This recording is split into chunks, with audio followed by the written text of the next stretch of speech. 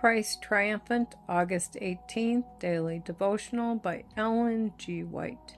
Christ healed the palsied man and forgave his sins. And behold, they brought to him a man sick of the palsy, lying on a bed. And Jesus, seeing their face, said unto the sick of the palsy, Son, be of good cheer. Thy sins be forgiven thee. Matthew chapter 9, verse 2. When Jesus came as a man to our world, Satan had led the Jews into the practice of a religion that pleased the powers of darkness. The professed people of God had departed from God and were following another leader. Through their own perversity, they were going on to destruction, but Christ came to dispute the authority of Satan. The life of Christ was made one long scene of conflict. Satan stirred up the evil hearts of people and set envy and prejudice at work against the Son of God, the Savior of the world. He caused people to question and to doubt the word, works, and mission of Christ.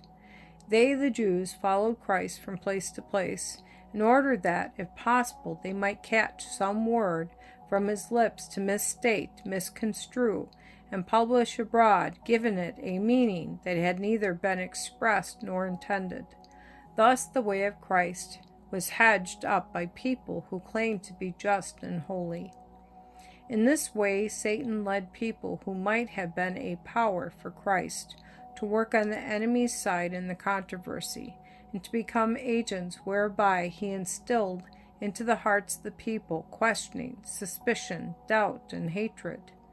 The leaders of the people were ever watching for an excuse for their attitude of unbelief, and when he wrought his most convincing miracles, they were ready to catch up anything that would appear like an objection to his divine claims.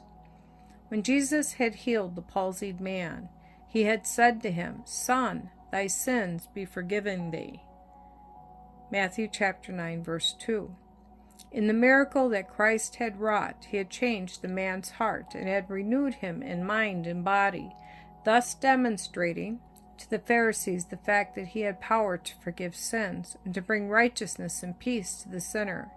Yet the Pharisees saw in his words of divine power a matter for unbelief and accusation.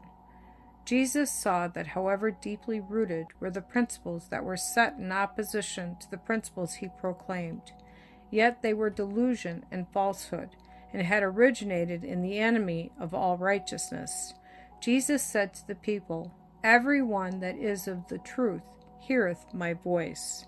John chapter 18, verse 37.